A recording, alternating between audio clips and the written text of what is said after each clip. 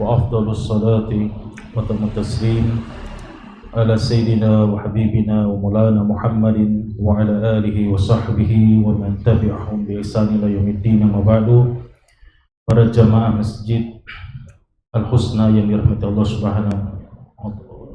Allah Subhanahu wa taala, insyaallah di malam ini insyaallah kita akan melanjutkan kajian rutin kita pembacaan kitab Asy-Syama'il Al-Muhammadiyah karya dari para Imam Al-Hafidz Muhammad ibn Surah At-Tirmidzi rahimahullahu taala wa nafa'ana bihi wa bi ulumihi fid dharain. Alhamdulillah, kita sudah sampai di bab yang ke-8, yaitu bab tentang pakaiannya Rasulullah sallallahu alaihi wasallam.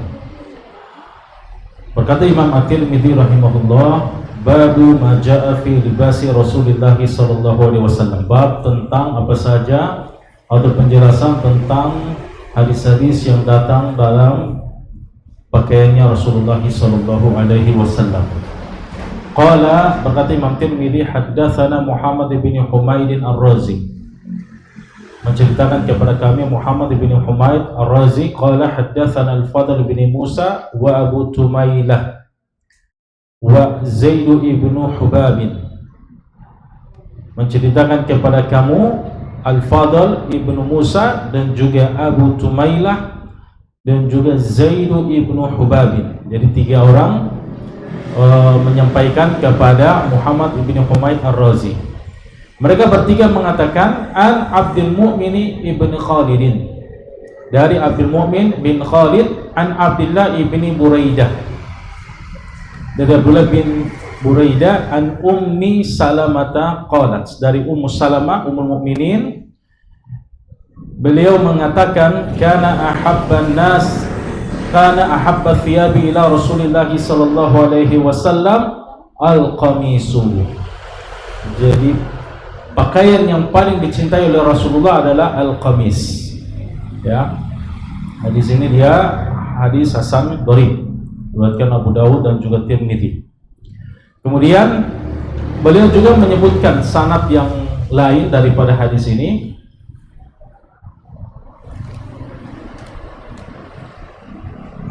Akan tetapi dari sahabiat yang sama, ya. Kita bacakan saja supaya sekalian.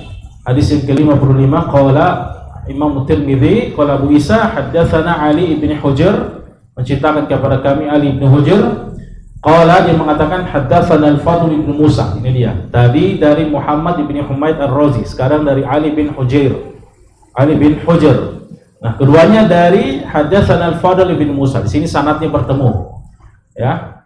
An Abdul Mu'min ibn Khalid. Akan tetapi kalau tadi Fadl bin Musa bertiga dengan Abu Tumailah dan Yazid atau Zaid, di sini hanya menceritakan langsung dari an Abdul Mu'min ibn Khalid, ya, bersendirian.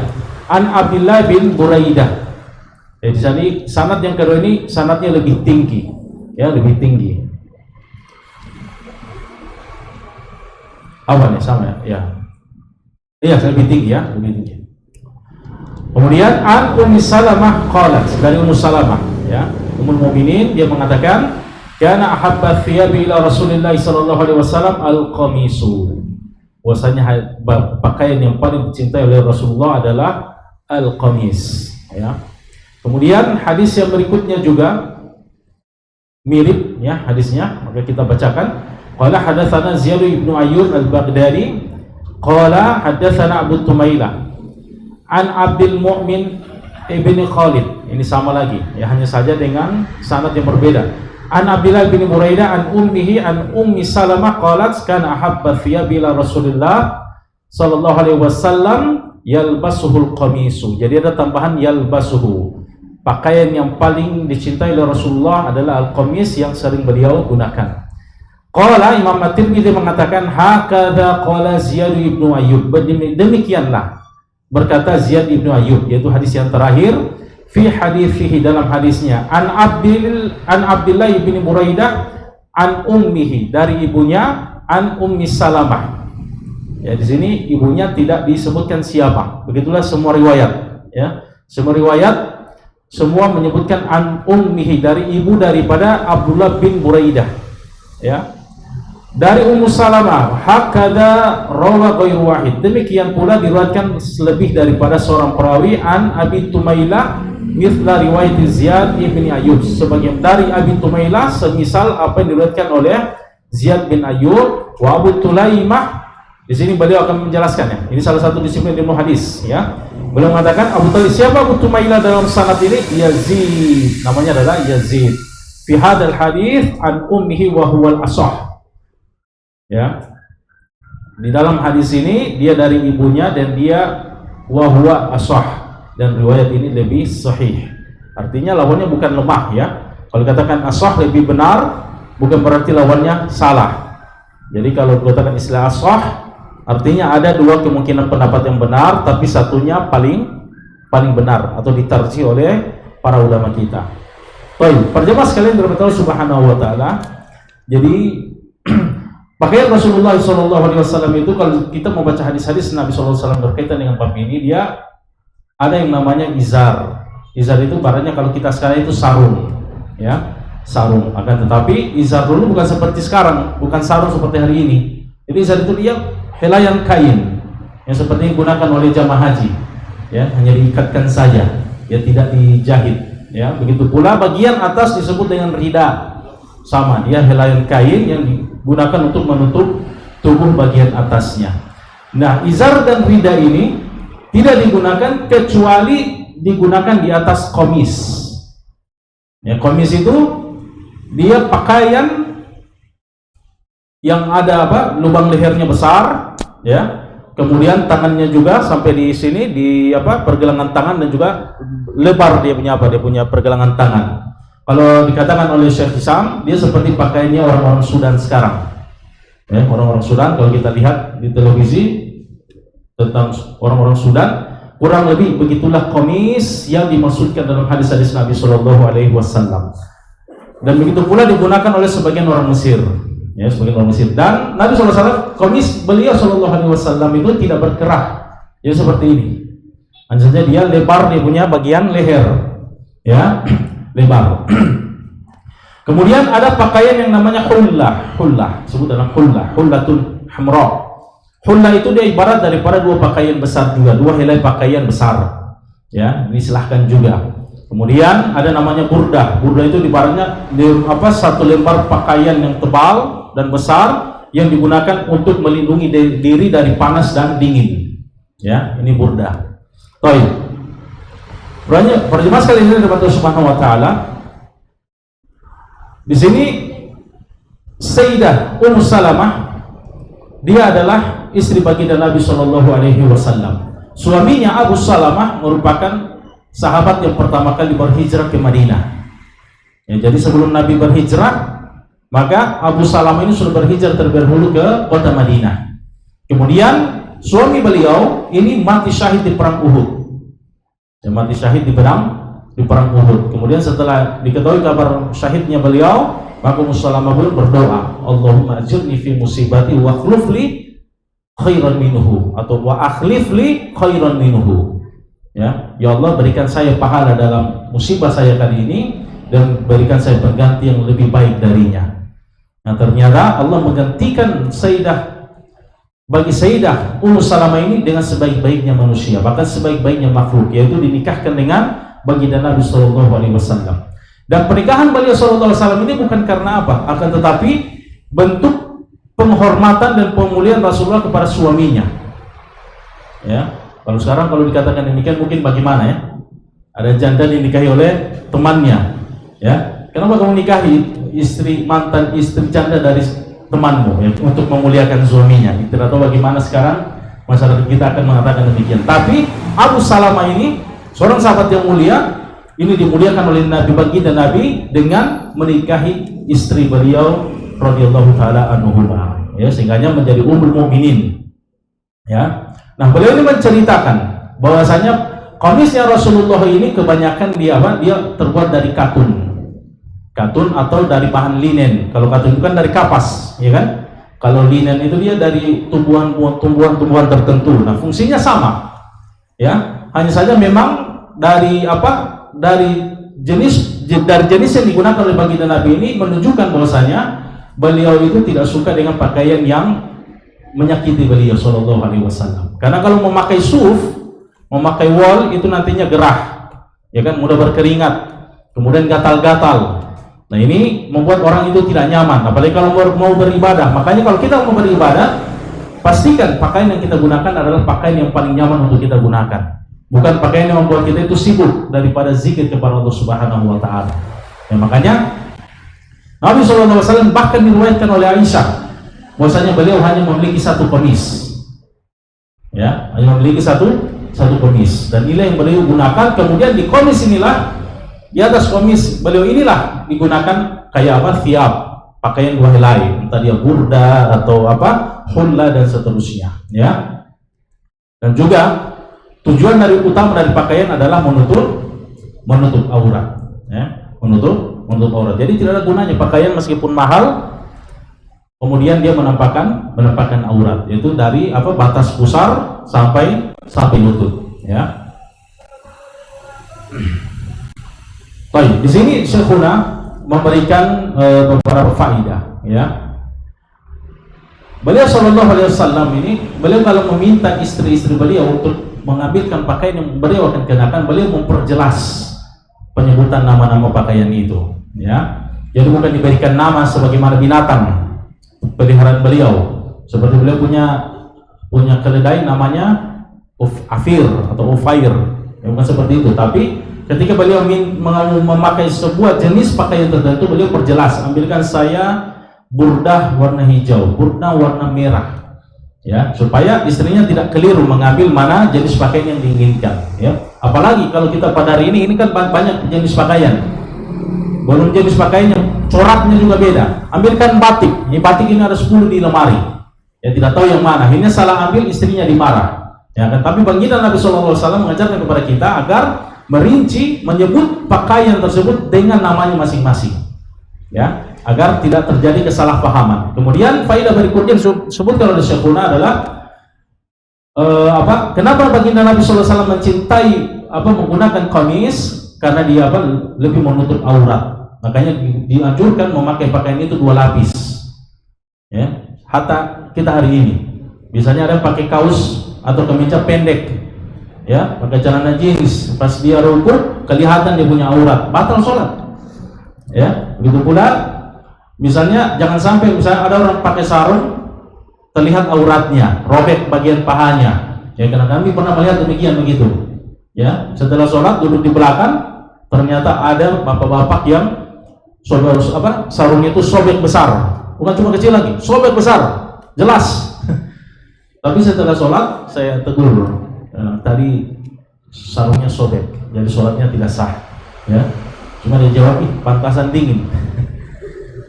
Dia ulangi sholatnya di rumah, ya. Makanya dianjurkan memakai pakaian 2 lapis, ya, pakaian dua lapis, ya. Minimal kalau pakaian yang pertama dia tersingkap, akan ditutupi oleh pakaian yang bagian yang kedua, ya. Kemudian juga salah satu dijelaskan oleh para ulama kita, diantaranya Imam Al-Bajuri dalam syarah beliau terhadap kitab Syama'il, bahwasanya orang Arab itu atau kita itu dianjurkan ketika safar menggunakan pakaian yang tidak longgar, ya. Kalau kita kan sudah kemeja, ya kan, kemeja ini sudah jelas. Tapi kalau memakai pakaian orang-orang Arab, maka Nabi SAW itu kalau di tempatnya sementara mungkin beliau memakai jubah atau komis ini longgar, ya kan. Jadi kalau mau berwudu mudah dikeluarkan tangannya dan seterusnya. Tapi ketika beliau mau safar, maka beliau menggunakan pakaian, nanti akan disebutkan, pakaian yang lengannya itu kecil, sehingga ini menutup auratnya, ya. Karena kan kalau safar itu kan ada angin dan seterusnya kan, ini mudah aurat itu tersingkap, maka dianjurkan untuk memakai pakaian yang memang mengecilkan, meminimalisir kemungkinan aurat itu tampak saat perjalanan, ya. Kemudian faedah berikutnya bahwasanya Nabi SAW ini diriwayatkan kecuali hanya memiliki satu kamis, masya Allah. Dan beliau ini salah satu qudwah, ya, qudwah kita. Beliau tidak meninggalkan sesuatu kecuali sesuatu sudah hilang manfaatnya sama sekali. Jadi kalau ada pakaiannya robek bukan dibuang diganti yang baru, tapi beliau jahit, ya. hingga betul-betul pakaian itu memang sudah tidak bisa digunakan. Begitu pula sendal, nanti sudah betul-betul tidak bisa diperbaiki, baru itu diganti dengan yang baru. Baik. Kemudian beliau juga menyebutkan bahwasanya banyaknya hadis tentang qamis ini menunjukkan bahwasanya riwayat ini dia termasuk makna yang mutawatir. Artinya tidak bisa disangka lagi bahwasanya Nabi SAW ini memang memiliki atau menggunakan qamis. Ya. Kemudian Abun Yamil faidah dari hadis ini istibabul lubsil qamis lima fihi min manafi'. Dianjurkan menggunakan qamis, ya, karena banyak manfaatnya, longgar, ya, tidak panas, ya.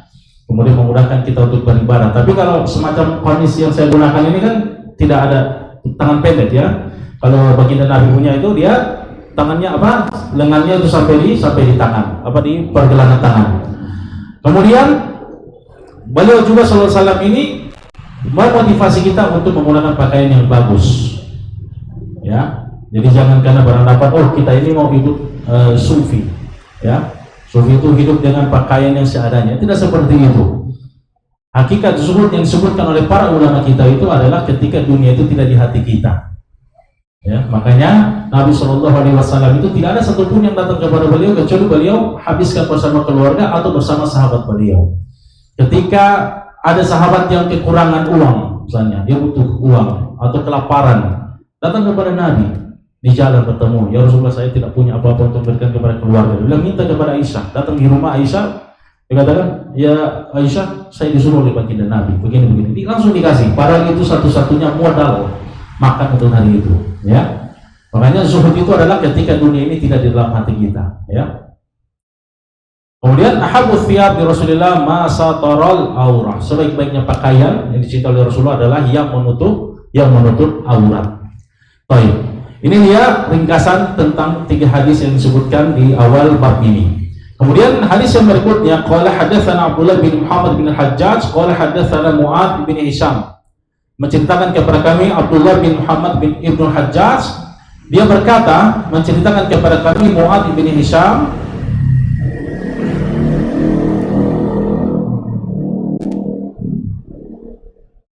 qala dia mengatakan, hadatsani abi, menceritakan kepada saya abi, ayah saya yaitu Hisham bin Abdullah al-Ustuwani. An Budail dari Budail, yakni ibna Maisarah al-Uqaili, yaitu Budail bin Maisarah al-Uqaili. Jadi kalau dikatakan yakni, biasanya orang akan bingung siapa ini Budail, makanya ditafsirkan dijelaskan oleh Imam Tirmidzi yaitu ibnu Maisarah al-Uqaili, ya. An Syahar ibni Hausyab an Asma binti Yazid, dari Asma binti Yazid qalat, dia mengatakan kana qumul qamisi Rasulullah sallallahu alaihi wasallam ila rusdi. Jadi ujung pakaiannya Rasulullah itu sampai di pergelangan tangan beliau sallallahu alaihi wasallam, ya. Nah, ini para ulama kita menjelaskan, ya, kenapa lengan baju daripada Rasulullah itu hanya sampai di lengan. Kata para ulama kita, karena kalau sampai di lengan ini lebih mudah digerakkan, ya, tidak ribet. Beda kalau misalnya pakaian ini menutupi tangan seluruh jarinya. Jangankan seluruh jarinya, menutupi sebagian kafnya saja dengan tangan ini akan mengganggu pergerakan, ya kan? Naik motor sibuk-sibuk lagi begini. Kalau mau menulis, minum menggunakan tangan kanan, lagi sibuk-sibuk kita untuk melipat pakaian atau mengangkat sedikit pakaian. Ini ribet. Makanya sebagaimana celana itu mengambil hukum isbal, begitu pula pakaian. Ini kata sebagian ulama kita. Makanya ada bukan cuma isbal pada pakaian saja, tapi ada juga isbal pada lengan tangan. Ya, akan tetapi kita jelaskan, kita sebutkan bahwasanya isbal, jumhur ulama berpendapat bahwasanya isbal itu dia makruh, bukan haram. Ya, jadi sepakati keharamannya adalah dengan khuyala, dengan sombong. Ya. Nah, kemudian di sini perawi hadisnya adalah Asma bintu Yazid ibni Sakan al-Ansari al-Ausiyah thumma al-Ashhaliyah. Ya, beliau seorang pemberani, ya. Beliau pernah ikut perang Yarmuk, ya. Kalau kita menceritakan perang Yarmuk ini perang yang sangat dahsyat, ya. Kaum muslimin di situ hampir kalah. Ya, karena jumlah kaum muslimin hanya 20.000 melawan pasukan Roma yang mencapai 200.000. Ya. dipimpin oleh Khalid bin Walid. Pada perang Yarmuk ini banyak sahabat yang utama ini mati syahid. Di antaranya Ikrimah bin Abi Jahal. Di antaranya juga paman beliau Ayyash bin Rabi'ah. Juga paman beliau, saudara daripada Abu Jahal, siapa? Salamah bin Ibnu Hisham. Kemudian juga banyak para kufat juga meninggal di perang Yarmuk. Nah, pada perang Yarmuk ini Asma binti Yazid, di awal-awal perang Yarmuk itu kan kaum muslimin tertekan. Maka pasukan Romawi ini datang menyerang sampai di perkemahannya kaum wanita di belakang. Jadi wanita itu fungsinya, mereka tepatnya itu di belakang. Fungsinya adalah mengobati orang luka, kemudian menghalau kaum muslimin yang melarikan diri. Jadi kalau ada yang lari dari perang, itu dilempari dengan batu. Balik, pulang, berperang. Tapi pada saat itu pasukan Romawi yang sudah menyerang, sudah kalah. Makanya dia langsung mencabut tiang tendanya, kemudian berperang. Ini Asma bintu Yazid, dan beliau radhiyallahu taala anha berhasil membunuh 9 orang Romawi. Ini perempuan, ini sahabiah. Kalau kita hari ini, bagaimana wanita-wanita kita? Baru potong ayam sudah takut. Ada wanita istri yang takut potong ikan yang agak besar, yang darahnya banyak. Tapi ini sahabiat, masya Allah. Kenapa mereka berani? Karena biasa potong unta. Unta itu kan di pohon banyak dia punya darah, jadi terbiasa melihat darah yang banyak. Jadi Asma binti Yazid, dia salah seorang mujahidah. Beliau ini masuk Islam pada tahun pertama hijrah, berbaiat di Madinah. Jadi beliau bukan termasuk peserta daripada bai'ah Aqabah. Pertama dan kedua. Baik.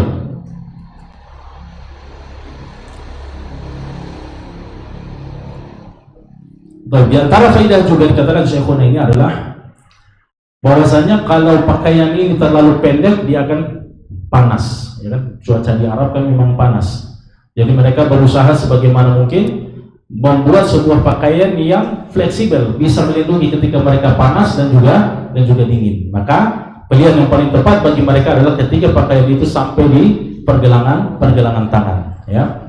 Sengaja ini memudahkan mereka untuk bergerak melakukan aktivitas sehari-hari. Baik. Kemudian qala hadatsana Abu Ammar Al-Husain ibnu Huraith.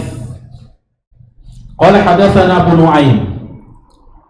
Menceritakan kepada kami Abu Ammar Al-Husain ibnu Huraith. Qala, dia mengatakan hadatsana Abu Nu'aim. Abu Nu'aim al-Asfahani. Qala hadatsana Zuhair an Urwah bin Abdullah ibni Qushair an Muawiyah bin Qurra an abihi. Qala, dari ayahnya yaitu Qurrah bin Iyas. Ayahnya ini Qurrah bin Iyas. Qala, dia mengatakan ataitu Rasulullah sallallahu alaihi wasallam fi rahtin min muzainata li nubayi'ahu. Kami mendatangi Rasulullah, atau saya mendatangi Rasulullah di tengah-tengah rahat. Rahat itu dia sekumpulan manusia, sekelompok manusia yang jumlahnya itu antara 3 sampai 10, dan ada yang mengatakan 3 sampai 400, ada yang mengatakan 40. Kalau katakan rahtun minal qaum artinya 40. Makanya khilaf berapa orang sebenarnya yang datang dengan sahabat yang mulia ini. Makanya sebagian menafsirkan antara 3 orang sampai 400. Baik. Tujuannya apa? Untuk berbaiat. Jadi Muzainah ini dia salah satu kabilah dari Mudor, turunan daripada Mudor, Yaman. Untuk berbaiat kepada beliau. Wa inna qamisahu la mutlaqun. Qamis beliau mutlak. Mutlak artinya luas, dia punya leher. Leher. Au qala zirru qamisihi mutlaqun. Atau bisa jadi kancing daripada qamisnya itu dia terbuka. Mutlak di sini ada 2. Mutlak yang satu bermakna luas, mutlak yang satu dia maknanya terbuka, tidak terkancing, tidak terkancing. Qala, maka Qurrah bin Iyas ini mengatakan, fa adkhaltu yadi fi jaybi qamisihi. Maka saya pun memasukkan tangan saya di jayb. Jayb ini sebenarnya sering digunakan untuk makna kantong. Kantong ini jayb. Tapi di sini maksudnya adalah lubang daripada leher. Ya, jadi sahabat mulia memasukkan tangan beliau ke punggungnya Rasulullah, memasukkan tangan beliau di komisnya, di dalam bagian belakang punggungnya Rasulullah. Famasistul khotama, maka saya pun meraba khotam. Maksudkan khotam di sini adalah cincin nubuah. Ya, jadi pada saat dibaiat oleh mereka, maka mereka pun bertabaruk dengan baginda Nabi Shallallahu Alaihi Wasallam. Jadi ini jelas disepakati oleh para ulama kita. Ya, bahwasanya banyak sahabat itu yang memang bertabaruk dengan menyentuh baginda Nabi Shallallahu Alaihi Wasallam, ataupun bertabaruk dengan apa saja yang disentuh oleh baginda Nabi Shallallahu Alaihi Wasallam. Nah, diantaranya adalah sahabat yang mulia ini mendapatkan kemuliaan untuk menyentuh cincin nubuah beliau secara langsung, tapi dia tidak buka, dia tidak lihat. Ya, jadi dia masukkan ke bagian belakang, kemudian meraba cincin nubuah tersebut. Dan ini menunjukkan juga tawadunya baginda Nabi Shallallahu Alaihi Wasallam. Ya, dia tidak sombong. Ya. Jadi siapa saja yang ingin melihat, memastikan, karena ini salah satu bukti kenabian beliau. Ya, dan beliau tidak bisa menyembunyikan yang namanya bukti kenabian. Ya, makanya riwayat seperti hadisnya Salman Al-Farisi yang mencoba-coba mencari tahu, melihat cincin kenabian pun menjelaskan kepada kita bahwasanya beliau memang menunjukkan itu kepada para sebagian sahabat. Ya, bahkan yang ini lebih hebat lagi, ya, karena bisa menyentuh cincin nubuah tersebut radhiyallahu taala anhu. Baik, di sini saya memberikan penjelasan tentang perawi hadis dan Muawiyah bin Qurrah, Anabihi Qurrah bin Iyas bin Ri'ab al-Muzani, sakan al-Basrah, dia tinggal di Basrah, dan rumahnya biha, wadarahu biha bihadratil Auqah, di salah satu di tempat yang penting yaitu Auqah. Lam yurwa anhu ghairu ibnihi, tidak meriwayatkan darinya selain anaknya Muawiyah bin Qurrah, wa huwa jaddu Iyas bin Muawiyah ibn Qurrah al-Hakim al-Zakil qadi al-Basrah. Ini salah satu keturunan beliau menjadi hakim dan qadi di Basrah. Ya, baik. Ini dia hadis yang ke 58. Ya. Kemudian hadis yang ke 59. Qala hadatsana Abdu ibnu Humain. Abdul sini Abdul Hamid. Ya, Abdul Hamid. Ya. Orang Arab punya tradisi yang nama-nama Abdul itu bisa disingkat jadi Abdu. Oke, Abdullah, Abdu, sering disebutkan Abdu. Ya.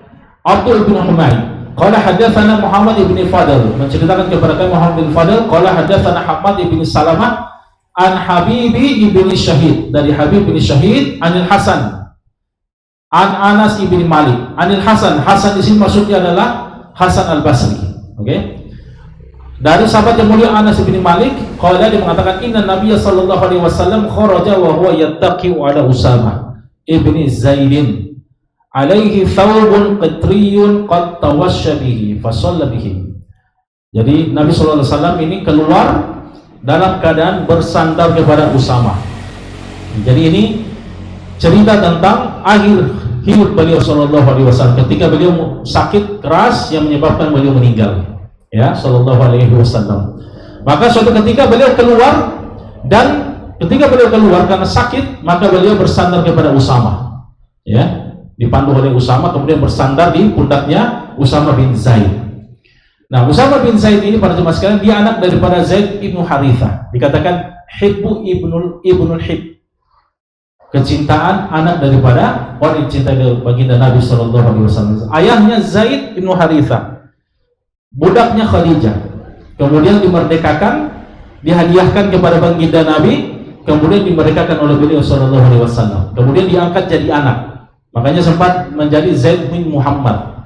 Ya, kemudian setelah dilarang mengambil anak angkat, maka beliau pun dikembalikan kepada ayahnya, artinya dikembalikan kepada nasabnya, jadi Zaid bin Ibnu Harithah. Dan Zaid ini para jemaah sekalian orangnya sangat putih, ya, sangat putih, keturunan Raja Yaman. Ya, jadi dijadi budak karena mereka ini melarikan diri. Ya, nah dia ini sangat putih. Sebelumnya menikah dengan sepupu baginda Nabi yang kemudian menjadi istri Nabi, yaitu Zainab bintu Jahsy. Ya, menikah dengan Zainab, kemudian ditalak oleh Zaid radhiyallahu taala anhu.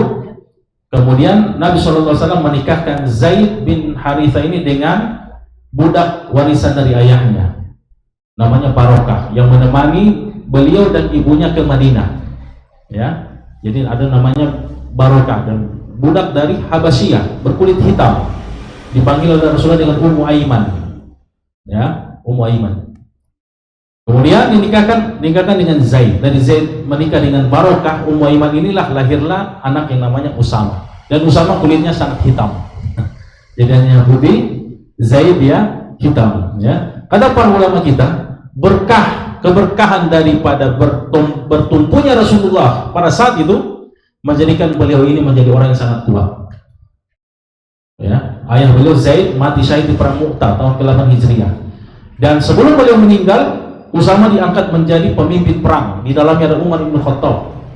Ya, untuk berperang dengan Romawi. Di dalamnya ada Umar. Salah satu anggota pasukan adalah Umar. Banyak sahabat senior tidak suka. Dan karena pada saat itu Zaid masih berumur 17 tahun. Ya. Sebelum berangkat meninggal Rasulullah SAW. Makanya perintah yang pertama kali dititahkan oleh Khalifah Rasulullah, yaitu Abu Bakar As-Siddiq, adalah melanjutkan atau melaksanakan pengutusan Usama yang telah diinisiasi oleh baginda Nabi Shallallahu Alaihi Wasallam. Jadi Nabi ini bertumpu kepada Usama dan beliau menggunakan apa? Thawbun ketriyun, Qatar hari ini. Ya, tapi dulu belum jadi negara ya. Jadi Qatar itu dia merupakan salah satu bagian wilayah di Bahrain. Ya, nah ada pakaian khusus, ya pakaian khusus. Nah, pakaian Nabi ini beliau gunakan seperti pakaian orang sementara ihram, ya, tawasyabihi, ya, tawasyabihi. Maka beliau pun sholat bersama manusia, ya. Baik.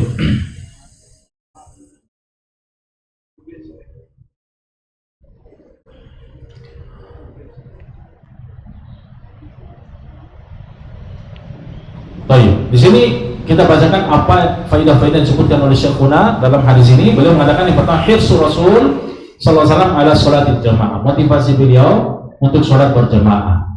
Ya, jumhur ulama mengatakan sholat berjamaah itu dia muakkadah, ya, muakkadah. Yang mewajibkan sholat berjamaah adalah mazhab Hanabilah. Ya, artinya kalau tidak sholat berjamaah, sholatnya tidak sah. Jadi wajib berjamaah minimal 2 orang, imam dan 1 orang makmum. Ini menurut mazhab Hanabilah. Dan bagi jumhur mengatakan, berpendapat bahwasanya sholat jamaah hukumnya mustahabbah. Oke? Baik.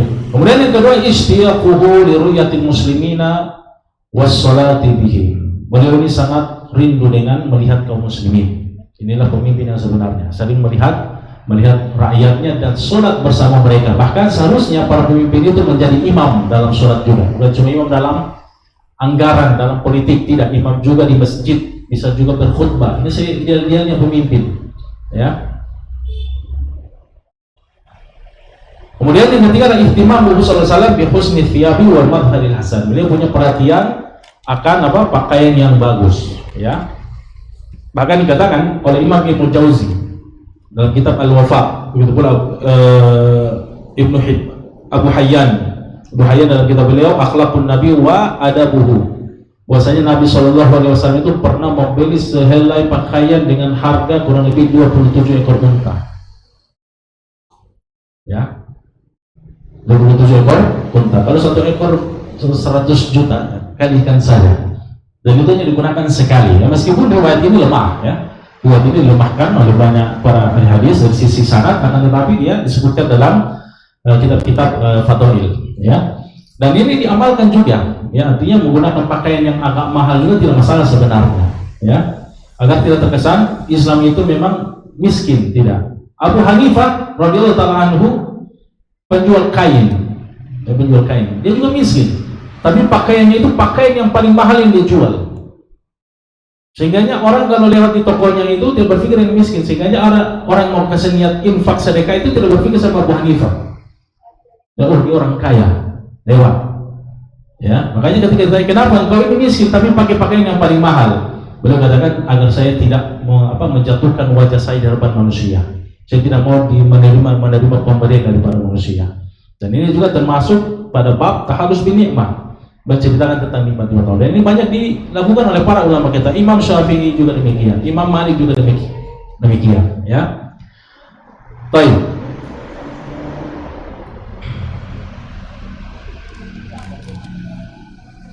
Baik, hadis yang ke-60. Qala hadatsana Suwaid bin Nadar, qala hadatsana Nasr, ya. Suwaid bin Nasr, kalau ada alif lam Nadar, kalau tanpa alif lam Nasr. Qala hadatsana Abdullah bin Mubarak an Sa'id bin Iyas al-Jurairi an Abi Nadrata an Abi Sa'id al-Khudri qala, dari sahabat yang mulia Abu Sa'id al-Khudri mengatakan, karena Rasulullah sallallahu alaihi wasallam idza stajadda thawban sammahu bismihi imamatan aw qamisan aw ridaan. Jadi Nabi dulu kalau menggunakan pakaian yang baru maka beliau menyebutnya dengan namanya. Mana pakaian fulan, mana tadi apa?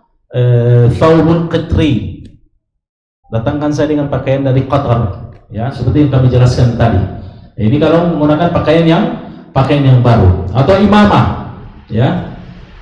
Begitu pula rida, pakaian bagian atas. Thumma yaqul, kemudian beliau mengatakan, Allahumma lakal hamdu kama kasautanihi. Ya Allah, bagimu segala pujian sebagaimana engkau telah memberikan aku pakaian. As'aluka khairahu, aku meminta kepadamu kebaikan dari pakaian ini, wa khairu masuni'a lahu, dan kebaikan yang pakaian ini ditujukan dibuat. Jadi dia meminta kebaikan dari niat pembuatnya, bertawassul, kebaikan dari niat baik pembuatnya, saya meminta itu kepadamu ya Allah. Wa a'udzubika min syarrihi wa min syarri masuni'a lahu, dan aku berlindung kepadamu dari keburukan pakaian ini pada zatnya dan keburukan daripada tujuan dibuatnya pakaian ini. Ya, ini doa yang beliau ajarkan ketika salah seorang di antara umatnya ini menggunakan pakaian baru. Dan hadisnya tentang doa menggunakan pakaian ini sangat banyak. Ya. Baik. Di sini sahabat yang mulia menceritakan di dalam hadis ini bahwasanya beliau jika menggunakan pakaian baru, beliau menyebutnya dengan nama beliau. Menyebut dengan nama terperinci dari pakaian itu. Ya. Jika dia memintanya kepada keluarga ataupun orang-orang yang menjadi pembantu beliau, bukan cuma budak, tapi juga ada Anas bin Malik. Anas bin Malik kan bukan budak, tapi pelayan, khadim daripada baginda Nabi SAW. Kemudian berdoa dan memuji Allah atas nikmat yang diberikan kepadanya, kemudian meminta kebaikan-kebaikan yang diberikan pada pakaian dan juga keberkahannya. Ya, dan juga meminta perlindungan dari keburukan pakaian itu. Ya, berapa banyak kita memakai pakaian ternyata memberikan mudarat, salah beli, ya kan? Pakaian yang bagus tapi menjadi fitnah. Ya, ada pakaian sering kita dapati di media sosial, ada pakaian yang desainnya ternyata adalah lafzul jalalah, ya kan? Lafzul jalalah ternyata lafzul jalalah. Ada sepatu, dia punya telapak sepatunya terbuat di desain membentuk lafzul jalalah. Ya, seperti itu. Artinya memang niat orang yang membuat pakaian ini tujuannya adalah memang untuk menghinakan Islam. Maka ketika kita membeli pakaian, ya sebenarnya jangan langsung dibuang. Makanya dianjurkan meminta perlindungan daripada keburukan yang tujuan daripada pembuatnya ini membuat pakaian tersebut. Ya. Baik, hadis yang berikutnya, qala hadatsana Hisam bin Yunus al-Kufi, qala hadatsana Qasim bin Malik al-Muzani an Jurairi an Abi Nadrah an Abi Sa'id al-Khudri an Nabi sallallahu alaihi wasallam nahwahu. Ya, beliau hanya menyebutkan sanad yang berbeda, kemudian mengisyaratkan bahwasanya riwayatnya seperti hadis yang sebelumnya. Qala haddatsana Muhammad bin Bashar qala haddatsana Muadz bin Hisham qala haddatsani Abi an Qatadah an Anas bin Malik radhiyallahu anhu qala kana ahabba thiyabi ila Rasulillah sallallahu alaihi wasallam yalbasuhu al-hibarah. Hibarah ini sekarang jenis pakaian yang berikutnya. Itu hibarah itu dia pakaian yang sangat indah, ya. Dan dia terbuat dari Yaman dan berwarna merah. Ya, hibarah ini pakaian mewah dari Yaman. Ya, dan beliau suka menggunakan pakaian ini yang berwarna merah karena bayangkan beliau ini putih. Ya, putih. Kemudian memakai pakaian yang merah itu menyala, ya kan? Menyala abangku. Ya. Jadi indah. Nah, suatu ketika diriwayatkan ada seorang sahabat mengatakan, ya Rasulullah, masya Allah, bagus sekali ini pakaianmu ini, ya kan? Maka kalau suka, dia kasih hadiah, Ya, makanya itu menjadi sunnah yang dilaksanakan oleh para ulama kita. Ya, jadi kalau dipuji, masya Allah, Syekh, antum punya imamah ini, masya Allah. Nah, antum sudah dikasih. Ya, ini apa? Salah satu bentuk apa? Pengamalan mereka terhadap hadis Nabi Shallallahu Alaihi Wasallam, juga akhlak beliau. Ya, kalau dipuji, oh langsung, cuma murah ini. Baru dia berharga, masya Allah, murah menurut dia, tapi mahal menurut orang yang bertanya. Ya, baik. Ini menunjukkan pada jemaah sekalian. Sebagian kita mungkin sering mendengar ada orang yang mengatakan tidak boleh pakai pakaian yang warna merah darah dan seterusnya. Itu tidak masalah, ya, tidak masalah. Karena memang salah satu warna yang disukai oleh Rasulullah adalah merah, hijau, kemudian kuning, putih, hitam. Ini dia warna-warna pakaian yang digunakan oleh baginda Nabi Shallallahu Alaihi Wasallam. Ya. Baik. Kemudian hadis yang berikutnya, qala hadatsana Mahmud bin Ghailan, qala hadatsana Abdul Razzaq, qala hadatsana Sufyan Ats-Tsauri. An Auni ibni Abi Juhaifa an Abihi, dari Juhaifa radhiyallahu ta'ala anhu, dia mengatakan qala ra'aitu an-nabiy sallallahu alaihi wasallam wa alaihi hullatun hamra ka'anni anzuru ila bariki saqaihi. Saya melihat Nabi SAW menggunakan hullah tadi kami jelaskan bahwasanya dia dua helai pakaian. Ya, dua helai pakaian, ya. Kemudian hamra berwarna merah, warna merah lagi, ya.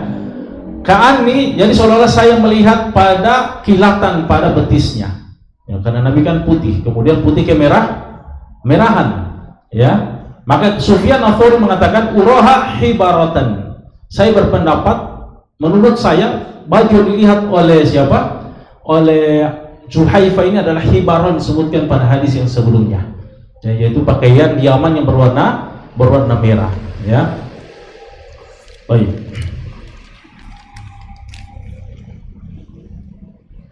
Qala hadatsana Ali bin Hasram, qala hadatsana Isa bin Yunus an Israil bin Yunus, ya, saudara atau kakak daripada Isa. Ya, Isa kakaknya Israil bin Yunus. An Abi Ishaq Anil Bara bin Azib radhiyallahu ta'ala anhu qala ma ra'aitu ahadan minan nasi ahsana fi hullatin hamra min Rasulillah sallallahu alaihi wasallam.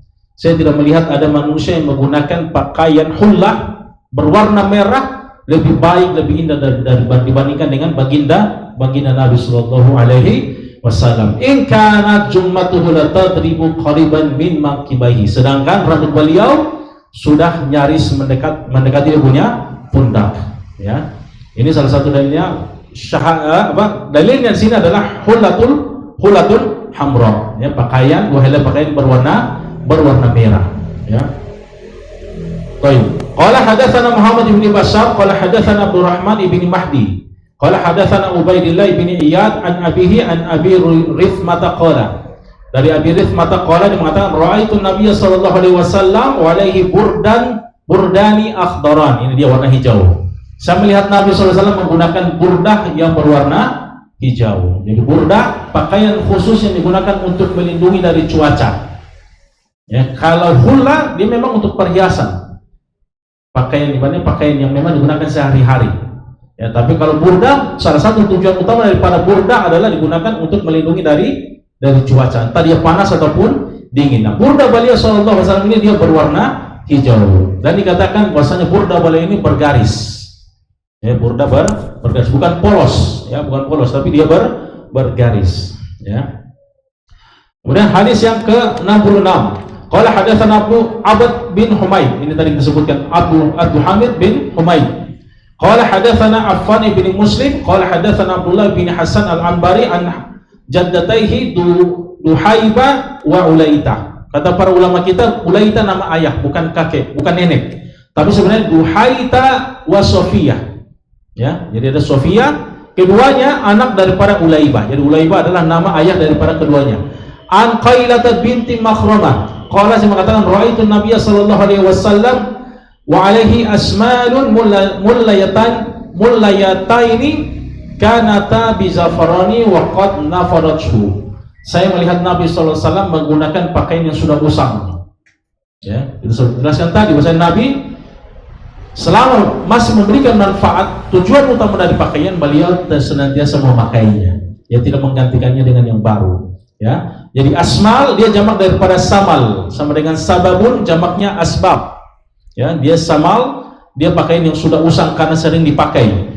Nah, ketika dia masih baru, dia ini diwarnai dengan za'faron, warna kuning atau warna kuning kemerah-merahan, za'faron. Ketika sudah lama dipakai, maka dia punya warna za'faron ini, warna jahe atau kunyit, ini mulai memudar. Ini maksudnya. Jadi warna za'faron ini mulai luntur.